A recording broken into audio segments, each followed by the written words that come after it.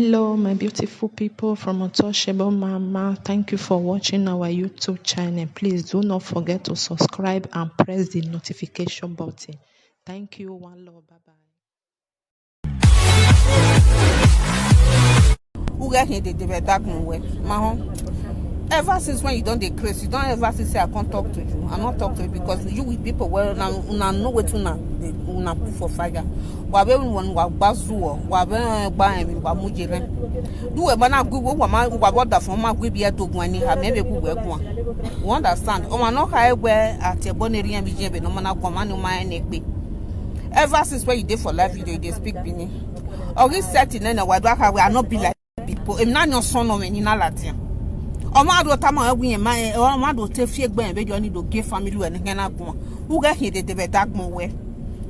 When maro na respect when na he we for na je iti ebo game no man we mi opa ni. Won ha ja mo no meje be te ebo ni bi we because he we they are innocent. Who we feel yan kwa. Me ma feel bi me kwa.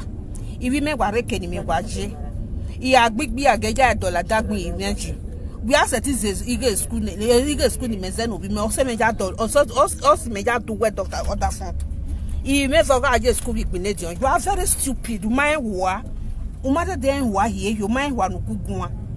He may forget just school with Benedion. Before I can do the last one for me at Timana, and I cannot not your no. Oh, if I ball low be back more. You mind war. Even in Dotama where he John working, he judge as slave to Bini. Yana history. I'm not saying anything. I did wait it to okay. I don't even have time for you. Hello. No, Bali, no settle. I don't even have time for you. Even again when he man, even again when. What baswa when you dead bella. The one what did that pass me? I can come at any time. I'm not under anybody. Don't take me watch it. You got big $1 that be imagine. We are set to pay primary school for me. I'm a why are you more Benedion University? Benedion University, when I graduate. If I bought Lawek Bear, my first son is a lawyer. If I bought Lawek Bear, my who get here, they did that move. Who got so true? What big one, what more? Why you boy with Buja? Who go be a dog my lad or the time you gave me Nutani Gemma? Who do I go on? Where we know what no girl we may. Abi wabe wine wabe Monica mume iba bo lawe gbe o de kije kia mete boni if you were because when we were abandon ni ami agbe ni mete boni was all say gbe bu ni iba bo lawe gbe ba gbon wa hoho wa ma na egbu o wi ni nu de gbe la tin what o ri me imujaka ige government ya imujake government mo pa ko kiri me ba bo lawe gbe o ma huwa ba gbon o ma huwa ni wa bo ipate ta meta we wa ho huwa ba gbon o ga na wa te bo ni bia do wa gbo na wona ugo bia do ya galeri we go bia do hu la don do aka we I not be like it na abi jo ba bo lawe gbe ba gbon wa kiza. Uga se keni sebe dark moment. Uga se keni sebe dark moment vera. Uga se keni sebe dark moment.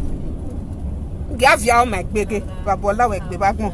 Uga ime muja kege government keri ba ya. Imuja kege government keri ba yi. Ibi me money bi bi me ya gumere ma no we filo we kwa. Filo ko kwa udo pe ki egbe no ekiano tukuba be Germany. Wa dina we no dina mo nu gbe pie o be la den we be mu o be la den we do agbon we be do agbon be publicly. You are very stupid. Wa ho wa agbon we nu wa ho na be nu content wa ba ria na ro be content wa ba ria be wa ho wa wa ma won wa ya la lo ni san ma wo gba gbe ya la lo no ma ni gbo kion ba onisan. I am not like you people. Ije wa hiye wa ho wa gbekun e ba gbon degbe wo ni lati an no as if we won nu yanyan ma inu wa nu gba mu to mu wa gba sija opa o kan se tin te gbe be di oni ma ma be ni meje vi we lati an no je pint ma je ku no je ku ma je pint e ku emu make na mi gba no hia ho we wa we gbi aga no gbigbi aga ma so we no gbigbi aga ma so we o ma se we no wa gbigbi aga wa ma so we no do di na omo nu we bie una la do na do adi na omo nu bie but when no gi la jandere no ma ke sera maybe you be how we gbe na you be sunu na ni me finu ke sera because sera pa gba bo e gba fun bi ra bi jo gba kin se ti finu ke because o nu oni me na he me dani ahe me da ma ti fun wo oni we enye obi edo oni ka ha wi obi edo gbe na ho ohu jata even gba bo da fun jata gba obi edo we san yes so esa ma ya finta yin I finta na ma no ro gba re san bisa forest I repeat it. Why this a bisa for the woman we brafra kin wa brafra. I repeat it to him man. Make it start time, make we start time. I just well last video when I heard where never since me maybe I have never kick against the people. If there's some good me wo wa. If a ball la we gbe bagbon. O ma ho we no be heko wa. Wa zuwa bagbon be nu zuwa wa be nu zuwa ba dia na no be zuwa ba dia be he. My man can't do a lot of this. I feel say a week more wiggy who on a belly work. Why who about my who about Muga say, can you say, where's it? When they did not come back, Benny, and they did not come back, when Uga said, but that will work it. When me here at Tiabona Babola will bring out your boomiate, Yatama, a con of you, a conquer Bukuta was here. Why who about what take yeke.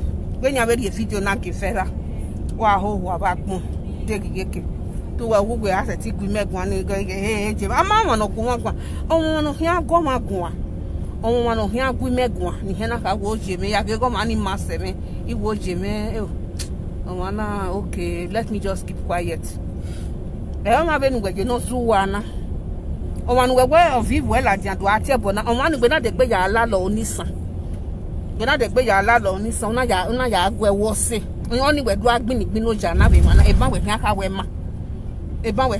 ma ino we ba we hia ka we munika ma ogwe ma enu yes nu ja gbin na lele nu ja robie lolo robie de munika we ma ani munika mo no vivo la tian do ha we so ga me de me la tian do gbin na no ma igbin na ne wo me isi mi so give ye wo me gbe ni tama we o se give ye bo me isin wo we gbi aga no ma gbi aga we fi de fi lo mo pa no gbi aga na gbi aga ya kokko mo ona gbi aga ya kokki vie ona ri ye university na graduate na e lawyer uzuo na we kenije na no bo ne I live in Sivia nya tama wo ma ni hin don mu jabe nu gbeje dai hin uhowa me ware Sivia ni ave de na ask them Babola we gbe ba gbon ugwe buja man ho a o we de do get de be dak mo we get de ba son get de ba fa emi danu wu na gwe hin de e mo order me wa mo order me a we gban no we to God a wa gban we get me e ma ni ka mo order me go and ask them ya kama we iya ga tama we unwo kwa ya ka ke no bi e ga mo order me ma na ge we re gbe jese una wa bu go pani bumi ade yen na gewe yen na so we abu bumi ade wo ege wo fona ni watama we because when me agbala ja ni gba ka we data me na won wori me na won ma bi jo isekiri urobo isoko ekwale o gba eva ni me na won eba ni na ye primary school eba ni na ye secondary school me se ti la jan be den na ni bi je ma is it ti la jan we bi isekiri ma me now I don't criticize any tribe.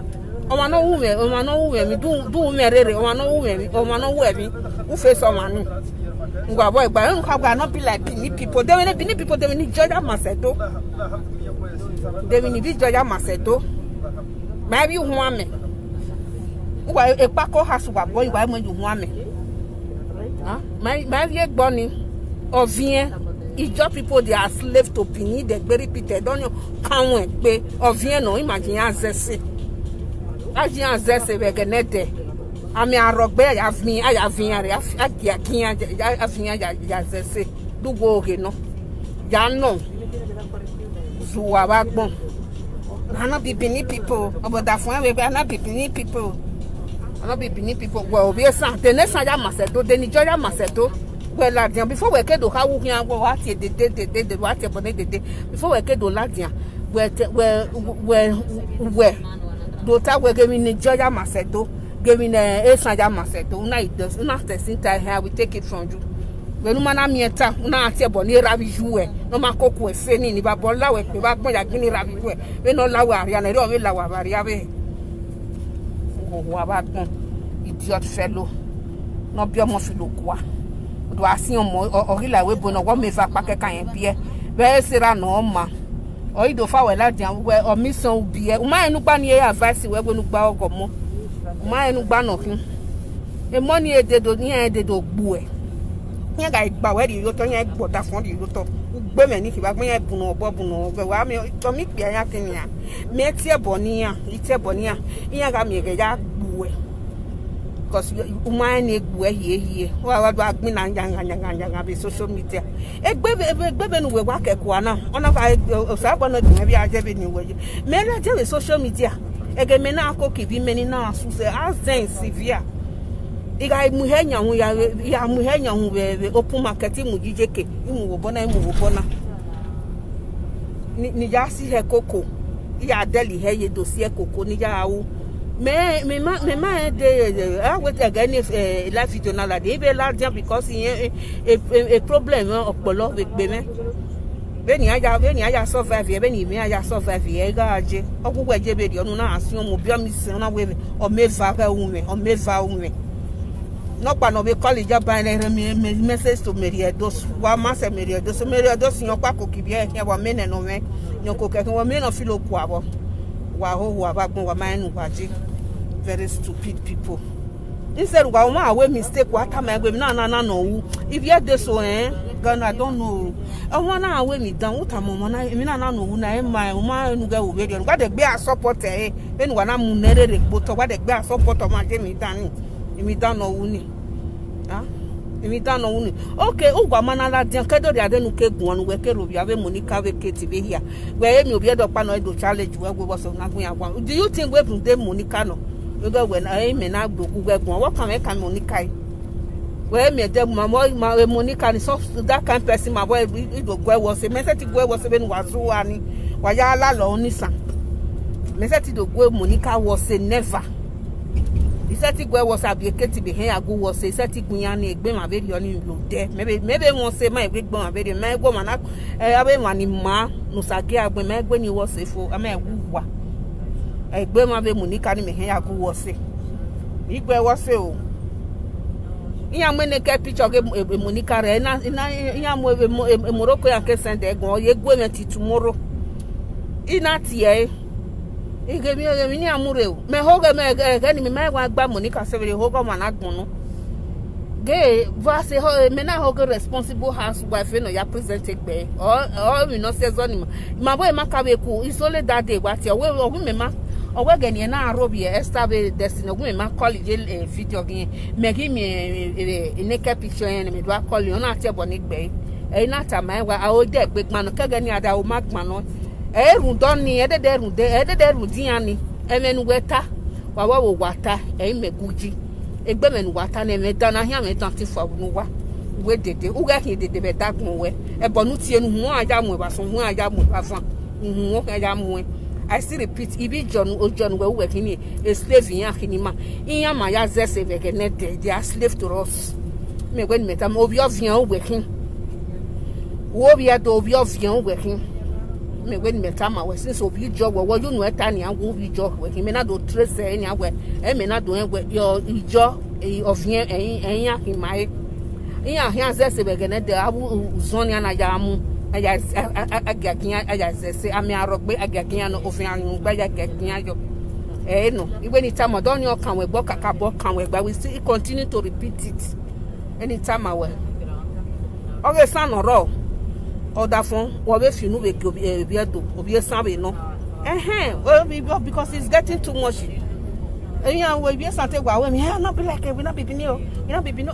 don't no go face that person we cannot get offended when you face that person and we not be now people talk to now nu wa ke gbe kedo da do mi obi edo no la jan we okay mi nu wa ogo se a wa gagi wa o ma concern mi yan ni rogboropo ma concern me emi mu ni ka ma concern me keti ma concern won ko wa gbin na o wa na tie bo wa gbin na o ma concern me. But when I not be like Benin people, no your son in me because me ma beg me need to maso mo. I ma beg me need joya masebiedo. I ma beg me need sanya masebiedo. Waga be wodi me man na beg anywhere when I in we via latia. We via nemi latia. No do tama me we give me ne doja me ne sanya masedo. Give me joya masede. Edo. I me itamu when I we be jo a slave in my yaki. Maybe do people are one of the slaves. Not free, but though annoyed do free after slave trade. But me, I give you, me, I give money. The slave people, I'm one of the slaves who working. Oh, see, not do I had to better because they were don't wear there. Oh, yet they so yes, that is a bed of very on. Yes, that is a bed of very on. Everybody take you people. Oh, yet do it say, mammy, if I ball out with the back on who get some mine. Who your man who takes a day back. Who get me tete e dagun we won ni we ni tama wa gwe buja yan ga ki obun yan ade yan go ke buae we wa we gbo unu agbon won we pe I ma go go agbon ma won ni wa if you will never remain the same tama we vera you will never remain the same itama we maybe o ma no me ikonu wa ko me hon no gba we so awede nu we won bi oni abi ari ko bi ko bo ekmi ni be nu e o we je na no problem akin ya collect enu bumi ate ni baba lawe gbe ba gbon won wu ga te gbe latin we gbagbon me gbale wa ho wa gume kama we me ma be gbon pa no set ku me la gba be live video na we keni me na o do a ma ha o ma no mo do ogo oye be ri ye set ye nye no shaking o we kana do ka we me la wa o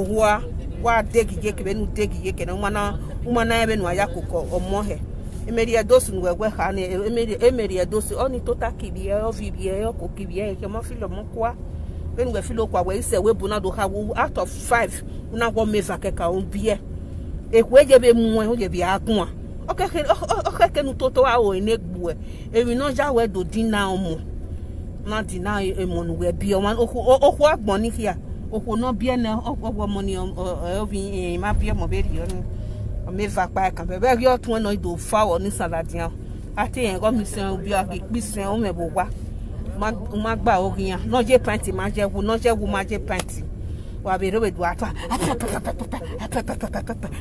wa ho ho ba gbonu degi ye ke nu degi ye ke be ri na ru a be degi ye ke ba ri a be wa ho ho ba gbon idiot.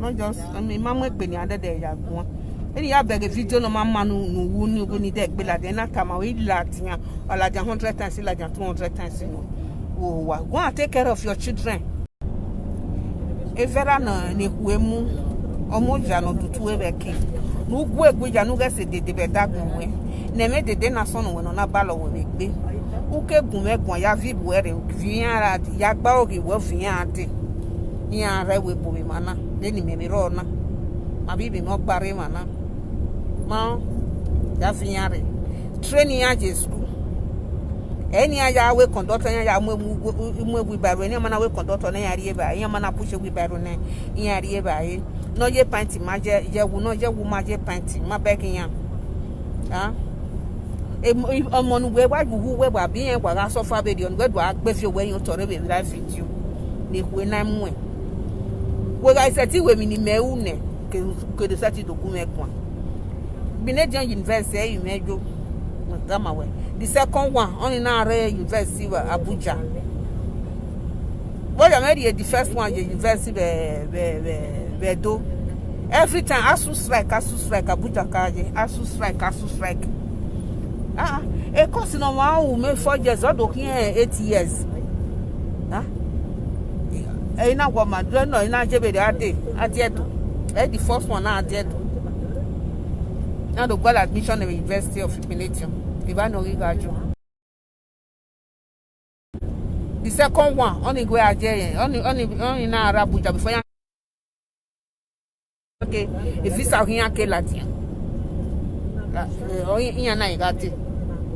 Take my last one. We are setting with boy. We are setting with boy. No, who are Ferra. You are walking, you are Bola with the back. My work was through. My one was pass through. Why, bow when our night man on to come and with Jessie and walk, living with Jenna where you walk. You are not human being. Whether they don't want to money, so me come and wear it. Make kayo.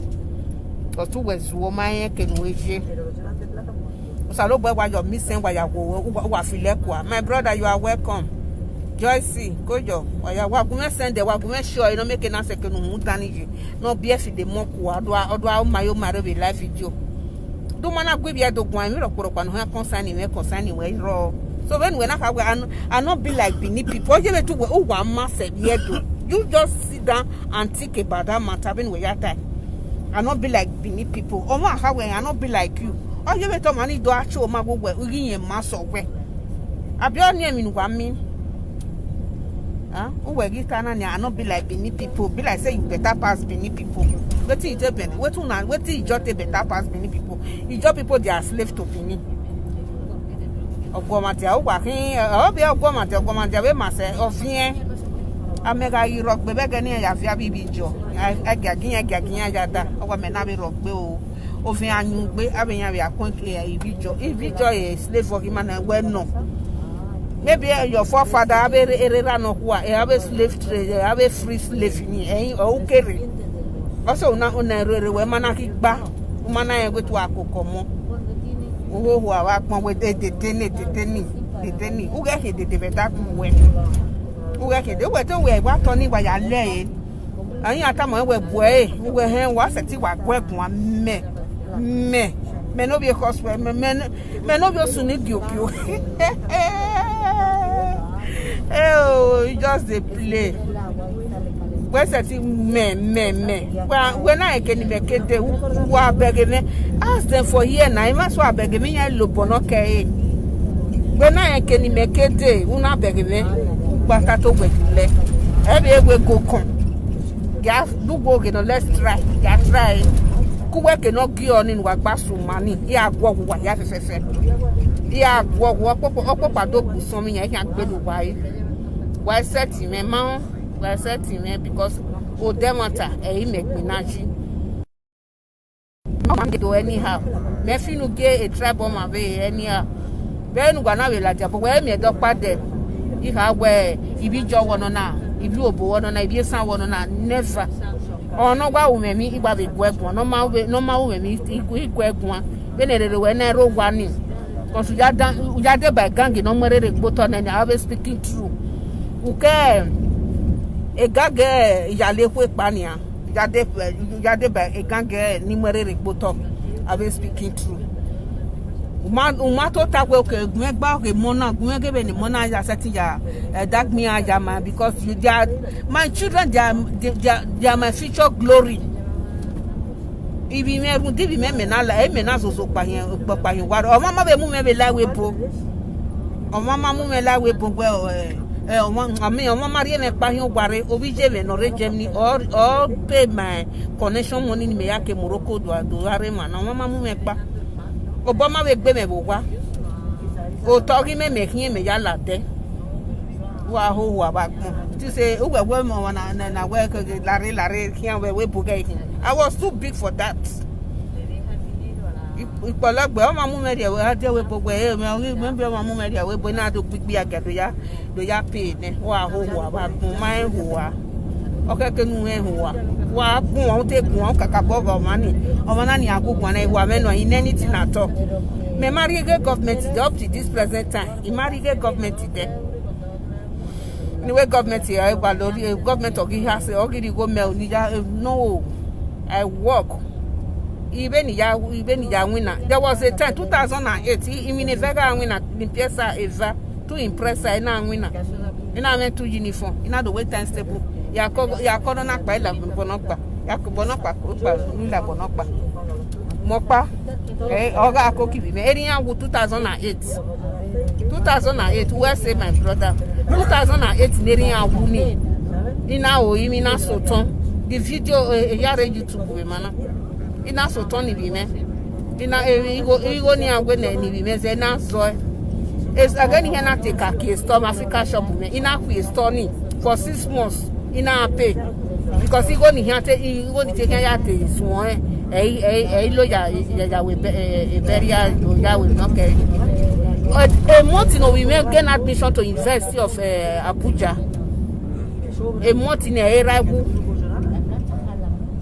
we met otama me letter ni ari ni was it on Monday Wednesday my be na gbapon Friday na rush at the hospital Monday morning me gbe ni me wa pa gbe me nyari mi na me wa a call in ya we Eragu we ri egwu me ma be ho yan me ari hospital we ri egwu e we matter eri we yari eso I mega awe ne gbe bi aka se ti yawo ni na he ije bi aka ya ti yawo ni na he oh women be on my very oni may so continue to rest in perfect peace every on my very oni we ije we hear se ti yawo we gbo kian na he be to salo gba na muti akeme ina we all the journey was so smooth for me okay ni mete we me setting na ya fefe ya sa obana ye ya ke level land me because I so much love my children. Me ma feel more kwa ben we feel work one feel work one. I want the best for my children. Ibe given in Nigeria je. We may not doing that in Nigeria. Every time you in Nigeria because I just want him to get that paper, that document. No me ya VBR. No. Oh wow, my wow. Obi me graduate no. Abuja now in University. Or not graduating. Come about when waje wa ni mwere roboto. Oh, wa mai huwa. Umai huwa. Obi me da ke Nigeria no da jo na we no ya re ya ri epejo obo. Oh, huwa ba gbon. We gbe mi ni mewu. Me wo salobo awe ni me eti me o. But we mori onya salobo nu we gbe mi ni mewu. Ukedo gun me oh wa ba pin o ha me gbe we bo kwa le gbe ba ni yan re tu selu na bi e ki olia yan mo bi baro na conductor o mi gbe mo pa ni bo yan gbo e be de ari ota la video afiye ke gbo e be gede yan afiye ke gbo e mo na je be koko na ye yo bo e famu o ye get asibi ama egbe nu we wa abandon na mi ewujo ni bi o e ja ke ni aga bi e be tere e ku emu we very e ku emu we Abeba ni be support we any every time we na my dem we facing me na we bo kwa ekwe mu we e government marry go monu kwa na wa rie ba we when kwa asigo kwa I'm not like you e government my asigo kwa me dem e ke government be yakoko mama ofo na egbe me na yakoki bi me ya e yakoki yan mo na pa no imami every time ya te itabe mana egbe mana rabi me imi ma no ya de paracetamol ya wijwa rigoreba eri mana rigorla jana imi ma no ya rigo no bi me no ya dukun ni I hasigo gwa bedo I hasigo gwa Abuja I dey hand that iri ge ba egiyan iri abe yari ekise me o wa ba gbon a o kisa o fi obo yipo kan ri mi ame no keko we ba o ma ehwa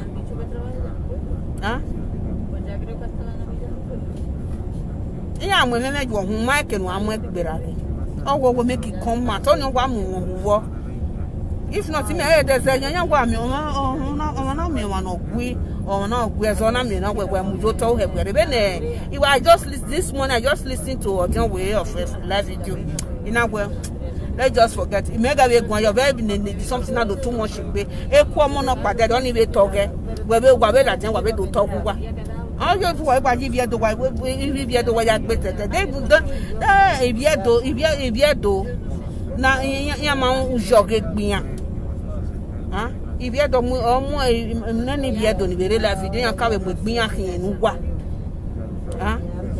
yan ka we gbian kin nu gwa nu we gi be ya de banana yan we be tie nene mi na ebon ni atie no ni be do te do ni wa ya efe no ya musiba no wa ya kan gaibo ngwa ya kan gaibo because o dem ata wa mamu dia yo dem ata ngwa ya kan gaibo ama ho ebon ni amu gbonu because yan o kan ba be mi na dana ya fefe na e do bi do ye no yan sie yan o kan ba yan sie re no money water na work no problem o gbe do anyanya commat o se ni na latia wata ma we o kon pa no ka we kian se ba o no get o we kian se ba o da fe gbe me eyi kin o da fe gbe me iwa kin 24 hours yi mo ma we kian se ba not do this one not do that one uma kwere ma show were la video be egeni na alwe current buskina yena mo picture naked picture la yena do gbe current buskina jo uma mi be egeni iya ho wi yan ga imu ejo o idame or maybe me one we yan say pokpa bo me maybe ya tie he maybe him one person ma boy pamujo mu hin maybe that one do run do ni odo agumeku odo pa or ma boy do gui all those kind thing eyan na ba money la dey yan gimele dey na ye that current post na ni naked ni agbe ni meji ni ina ya we profile picture na there we be gani there is nothing go ame ho emi we inyana mafi ho emi we ma ho oni gwe ni tamawe inyana mafi meken ho memi ho ogugwa memi no ya wi memi memi opa no ya wi memi no ya wi me ma ho wa uju mu jemere emere ku e ba gbon imi ni bi edo ku e ba gbon ula la video ma ka wo bi edo go bi jo okun ariyewe gwaze do we mi ya fefefe nwa medo no ri ba edo ya fefefe na ni bu esefe edo ya beje mi awe di meti ebo da romo nu beti ho ni atie ma wa atie bo no ma ya atie bo ni bi e mo ni ma me mi opa ni ya obunu da we me value ogo mo ma we awetu we me value ogo mo we ga atie bo no mo wonya ihe nweni igwe ne re Nigeria ni ya ga bo ma me nu wa bo egbaware ba ni wa nya he ni eboni nutie because market ebono bwe igwe egwe mate eboni bwe inu gwa boy gbagba reba ni wa wonya ni re Nigeria nya o eni gwe ga bo we ni wo o ga ya mo eboni ba bola we gbe ba gbon we guja ba gbon yes we ni me we aseti we one do it me we hania denounce the government for 3 months now given with here just denounce 3 government money for 3 months well why the government nu ya kun go nu ya win na nu ya hasigo pa nu ya ri ba ku be ko mo da ye bege we me magic government ya ko kibi me ofo ne gbe me ya ko kibi me ya we mi ya fefefe we are setting sige primary school Oshomo the primary school for Obaseki primary school setting sige for o ma odun ari ri owo aye private university wa ho wa ba gbon ma nu boy gba ti se ma e wo me ula wo we ni mege latin o we moto je na ni we are dey network with women. You understand? I'm travel Nigeria. Anywhere there get network. A network you are going here. When you get Latin, you want to control. I control myself. Or they be me. You definitely be me. You understand? No time again. I think we are so called do not time the severe. We do not time again. They who have been who are new. Wow, era bi gbe yan me ho wa no so ni gbe na fin awu igbe say you know yes igbe je bi gbe wu because unyi me dana nu yin no so ni gbe na fin awu ima ho ni tie bo ni igbe nu bi e yowa we nu ja tie bo dan ni iju e be ra me yan tie bo ni na era no ho wa ni no ma seti koku e se ni gbe na fin awu o wa ba gbon wa bo lawe pe ba gbon we guja come out now u latia we ala te we ave mi video be nu be u me be de gbe be latia ime mi roporopa imo ma no kan we kan aseba I control myself. If men no be go me go we je kan aseba, they know where me fuck up. Anywhere I go, I bring the best for my children.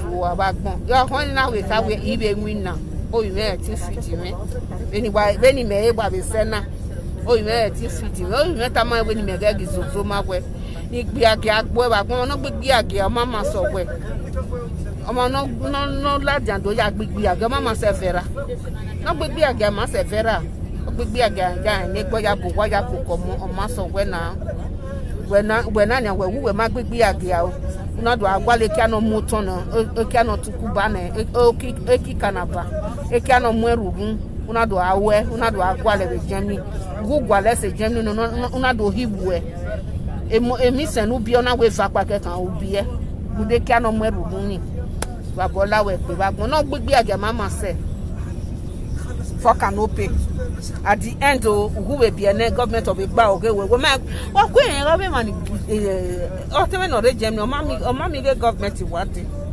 on we na she said nurse on we na beni me na mama no responsible be jem me aho we be nwa na irresponsible fellow be nwa je na get here waje wa ko on ne government di go no ma no ho ho a ne me no je neme mi opa no bi agwoke government yin because yin gwale availability boy yin do mi egbe man they are just using it to control crime o se yin na rigo ni na do go ke rigo ne ma be ni na ni aya support egbe so that the crime get happen boy no ni availability e wa fin yan won no bo gbe government take care of una ha wa ya win na bana igo ni ari nu wa ni na they will reduce it because here I was setting na because here I was setting na because here I went to Bogbeluwa and we submit no to Bogbeluwa say na rigo nuwa responsible person no we no gele ka win mu pa kun ja win na igo mo afu ba ku e igo mo afu na ganu we na do wa we no ye wugu okun na be gani ka bodo wugu be gani iwe na we ma e mo na be we bo yan ye be bo ya no we be gani we emi we ganu na una kan yo kan re wa ja dagbon we wu ya we live video e YouTube pay paro e pay ge pension normal abu we ma Facebook pay ge pension normal e gani e mani wina na iga han ya mi ge pension wa ga Facebook we gani obe phone na wa be reni na nia o wa be phone no da mo gba be la o ija e gani human trafficking na re na mate en go ga be end ama en go be end e gani jao na pe jao abe rituals abiyan ni we rituals o give collect na jao na re ni be gani jao e ya na we pejo jao give re ni adon we kan ido ku kan we so amati agbon ya fian o ne e Facebook be YouTube have for ban it will only last for some time o be advance ko be e gani ge YouTube be do fo e give re o be fo ban emi opa no nyon ne mi fo me ero o ga be fo ban ba mi ba o ga be fo ban wa e mo tinya na ga ja gwali mi na nu weri a o da egbe be nu aya dole dagbe bu eji okedogun mekun ni baba lawe gbe bagun nu gu eguja nu ku dinde yokere wa ku dinde yokere o sera ni age were ni o kan agbo e ba so kan agbo e ba fun tani age were ni o kan agbo e ma ti gba oge we ma ti koko mo nu bie wu se we bono obi o mi so na wo me fa obi otun na o ma ojo pawo ima na je fa wo ima ne onyo zaga kmodo yen gbe iga omefa yo omison obi e ga efa ute deny na ru de kia no mweru ni no ni o be da jagba gbi akia ni ma gbi aga ona gbi aga mama so pe ona gbi aga mama so pe o ma so we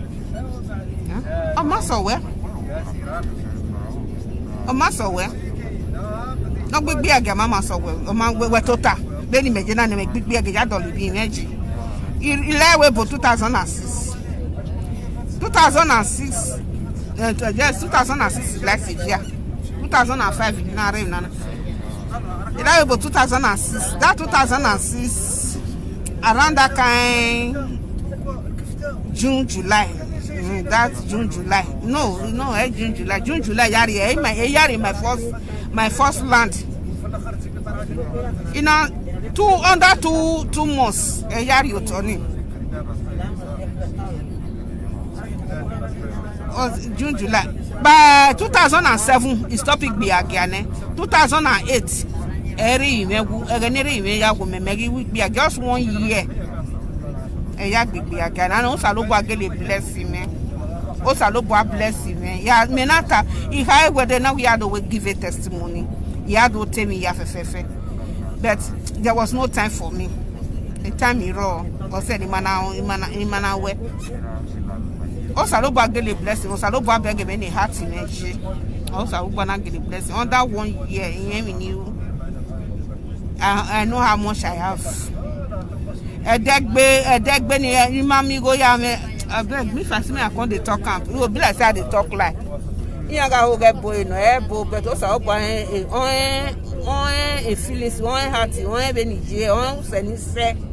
Also, look back happy me. Also, look back happy me. Very on him. After we stop in a Africa shop, ask them if have any metana. Tierian with Vian Tamawe. Ahimerule. Yawe ago bahi osaloke fano. Ahime. Anyone ni beg him Ahimerule. He minana you won't Gwenza Gabewe. If not by one Ahimerule. Usua, my who are back more.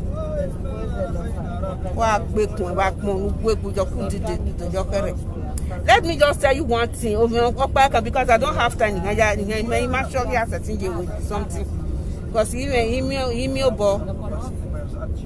when he take that thing up to 3 hours, he take the story and me help me 3 hours in spent. Just only one thing no I will make that time. I have never said it before. You know Salobaya will go me. Again in our Africa shop, in our way, Western Union. You got here name you. Now we are making of the internet, everything. That time, yeah, cooking. Could you believe Osalobwa, West Baba, West? Yeah, near send you because you have to pay back. Why you go near sending in and we send you will pay your company in. Maybe Western Union or Morocco send the Western Union. A black is send area at that time. Okay, you pay your country Western Union or a country area. Money grant, pay job.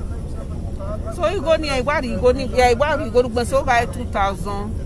Who probably not soon than maybe banking. We must go 2000 so want something like that. Ya was a Kenyana pay you go. What damn heaven now? Ya was a Kenyana pay you go.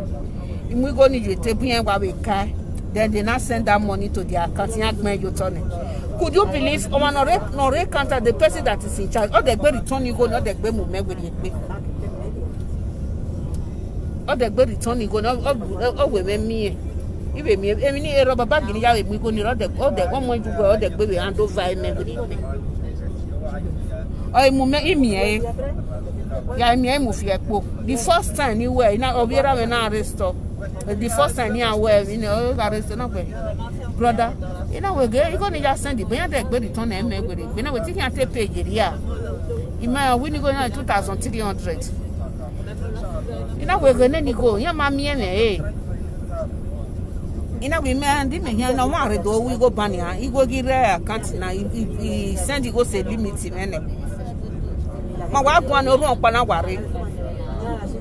Oh, we were away and we go. I mean, now get just at this send day. Or in our 200 euro on our way. In our way, we have when he send now, but not there. He send you go me for the before me get close with no there.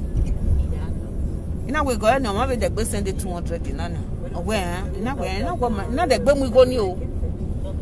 In a way, now, not the barrier banking in Ado Tota.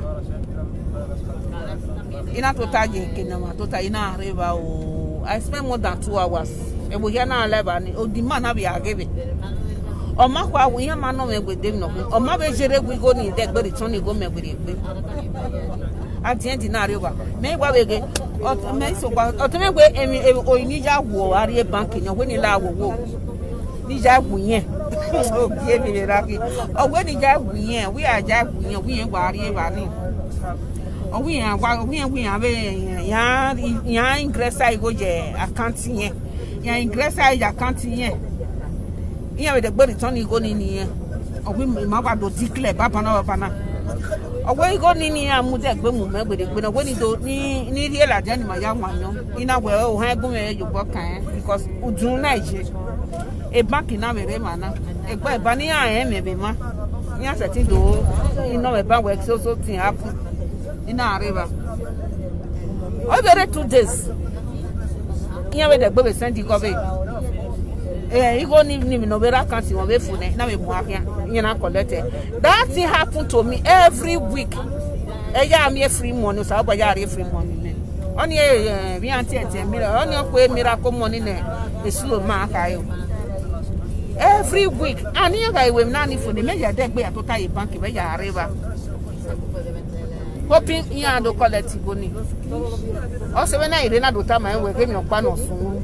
After that, so say 3 weeks, we collect it, we go very on it. In a way, we have panos. When you are go there, but it's only go there. Or so you see they go there back again. Now where you have collect it go. Even the same thing happened to me or my back now, the supermarket.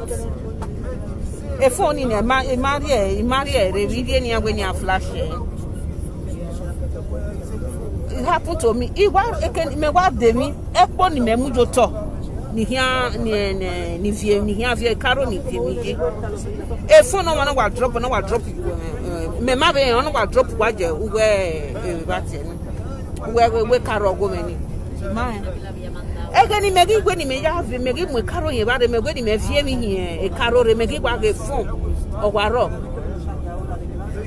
e phone no e mo nya phone na e ga ko ni me mu e phone we pe na e ina mu ina vi heaven if you heaven ina do mutia je ba ina we maybe somebody will come we equal phone a phone yo yen of we ina mutia je ba o e ko ma pa na we ni die gian we kata ina we ado die gian we kata bana o ma ni mana re bana phone na ga guyan o ko ma pa we ni die gian na do pa ina buyan ina do bu ma pa no reba ina we ge o e ga ni na ivi he pa na we ma won no nya phone na o e phone de fi we po o we o de for we we ya na ni na we ni dia na we the person go do so ti te gbere o we no o we ni dia phone a we no o we na be ona ta me o si o be no be kanta be oni we ni dia ahia na ni wari phone ahia be o we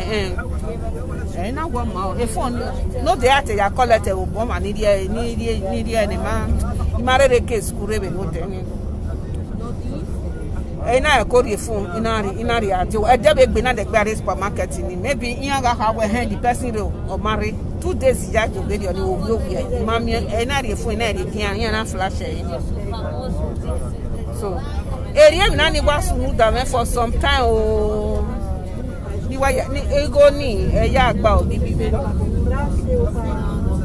o sa opa na wa wijo po mo na to ha me ye ti ki go ne bank wa return me setting that time only a miracle money and ego obi me no dion okay o yo o me lucky no me ona no me go we ije eri ani de so thing igo ni kweme o ma akume de me o ma ha musa o ma ni muso ha musa iwa ake erije me na bi ara kun eri obeje ije mi agba igo ni o ma no mate ready no yari go me o ri go me go me mi e nana ni te de me bi me te no e be no da wi yen me o bet iya agwa no me go ne o me no joni ka ki ije me ni agwa no me go igo ni wa o wa apia iwa mi go ni ugba so o mi anu me go be ga ni igo ni na iga go me ne igwe ije aho no je anu me go so that ni make na ri go me eri oga je me be ga ni So I just want to talk this story. What a story nakere. Vera au gagbano when yakoki we. A process in mele osalobo ave una morion yan wa koki. I'm just advising you. Una morion yan wa koki mo no osalobo okio dem no aya mi go no aya koko money. Again I go na women ga vie completely must ma get take me. Because if they hire the thing akoke mona ima honi ado ya de by club ima hona do mi go imeja we baro crusade ima hona do mi ya we conductor ima hona na do mi ya pe moto normal awa I reject e na struggle ima mu ja government e can imagine government here come abo. But other pathway is paying we are with the economy. Man, Jacket government in Yado with the economy. You got struggle here. I will tell us to Rob again, make a new boy. Thank you, what I saw here. I just not at first, I don't when I got the advice, not they hear what. I can't come out now and say they not be like Benin people, he not be Benin or he be John. Now that one I invest me. What is job people take better pass Benin? He John a slave to Benin. Go check history. Now what I talk where can they shout like dog? I know say they send a message coming to you. That message when they send a coming to you, go see himself. Go just see himself. That's why he never fit take care of. He born 5 children. Say now only 2. If not be his sister, when you come prove in yan, she come and say, now 5 children that you get for us. And if you not see the children, some wear pants. The one when wear pants, you don't wear shirt. The one when wear shirt, you don't wear pants. You see the house when they take. That kind of person will see come out for live video. Come see the talk, come see the cost person. You salo boamela. Ave mi mama name gbe. Ave mani we swap when you say to be advice we no gba oge mo. Huh? Yeah, a cocori when now where they pay person that they put for near fire, where they pay you not put them for near fire. What dig yeke ba so dig yeke ba fan vera. What dig yeke when you dig yeke ba riana ro ave dig yeke ba ria be. Dig yeke ne be nwa. What dig yeke be gbe mi ya fefe na ri ya nya ko. Ogo mo pa bo. So mo mo no. What u dig yeke no be gbi go dig yeke no be gbe nwa. But you man when you dig yeke be gbo mo. Wow, about my fatty total way, where a more abadonia. I hear out so well, what's it with me? Who got Mao? No, I walk when we give baby way. A matter no rain, okay, no matter. Okay, no matter. Well, I don't know every time. If you son, we be your son was a video no joke up. Well, I beg in a joke up. I got tallow. I'm not going to be a man a roqueta. Huh? I'm begging me not to be a tabby roqueta. If you see me somewhere, maybe I do what I can do. I'm not be a sound. I'm not be a sound. Why me do not like a very old. A Monica never a la only son, or Monica Pavel Latina. Best of the same feather flew together. Monica we Latin, le doit ate bonnet, and Rude a paika, only na ya ate bonnet, and no gill. Yo, it says if you are no, I don't reach my country. Nitiania do Viemi. I don't reach my country. If you want to ask of me, ask Sylvia. Here at Tamawe. Here at Tamawa woman here. Unaya. Do when it any member we no what is your money self? There will not work on with life video ni your money at Tamawe. Here quick you go maybe my self. We get can you Sylvia. Here at Tamawe gi ma ho wow. I own a any mention. Ijemeo, ima ho wabo, ma ho wabo de. If your moment, Yano. Oh, imagine Nigeria, if your moment, you got 2 women. Now, West. Now, we're being on here. If you not get any uni, be very well now. One way, you may be Pomugua. ma be nwa ya kwa be gbe wante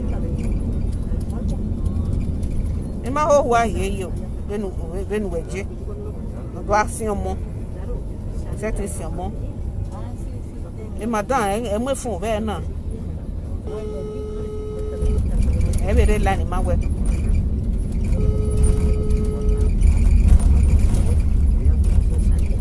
erela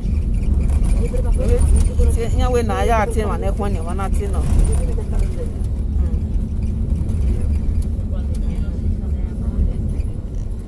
vera yi wa ba sun wa ba fa o ma wi ro we je ke o ma ni o wa fi ye ke gbo e kan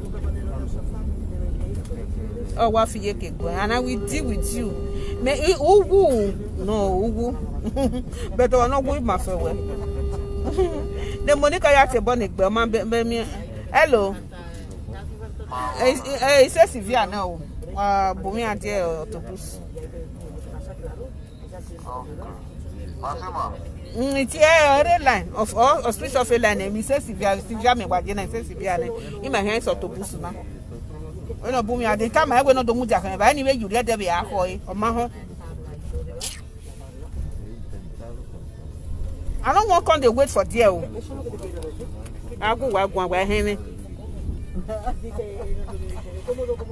Hey, my wife, how are you? Today fine. Though you are welcome. So now so it be. I don't go Sylvia.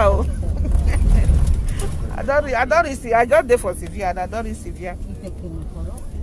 Hey God, I don't Sylvia. Yeah, very good. Hey my people, you know if we come, I won't come down now. So now I come they carry loads come outside. Now one year girl, when I get when a woman, now they make me the vest. So okay, no problem. Now later. Okay, oh la wala wa be mo fi kwa o we ni fera wo ge wa gba ogo mo. Omo osoma sula gba mo omo ami mi pa yan wa mi e so won mo omo se bi no sa o gba yo mo ja wa ni wa fi le kwa be ni fera wo ge odo lajan wi an do gui megun wa e mi yes se ni me ta we live video na go and ask date do ya fin yan pe I can never come out do fin yan pe live video wa yet do lajan we live video do fin yan pe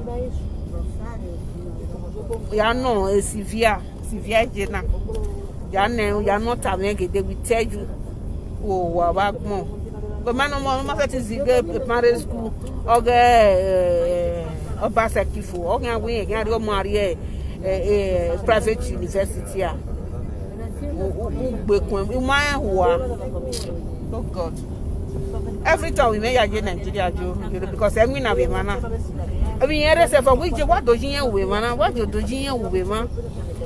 Somebody go wait for me for autobus. Now you can't come and watch me for live video. I don't reach autobus. Okay. What do you we man? My boy, gui. Even na me ni wa we wa adi man. Adi mi na ni give me na we man this and that.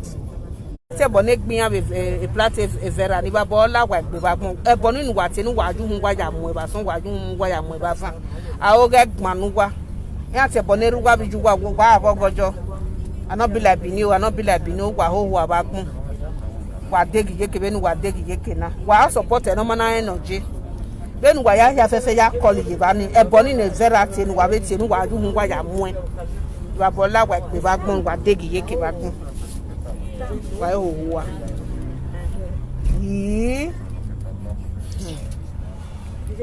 this oh pan wa kan ni me kan la wa me la wa o I no dey enter house I dey with una for here all of us go dey for here oh wa ba gbon lenu wa ya fe ya college aje ba ni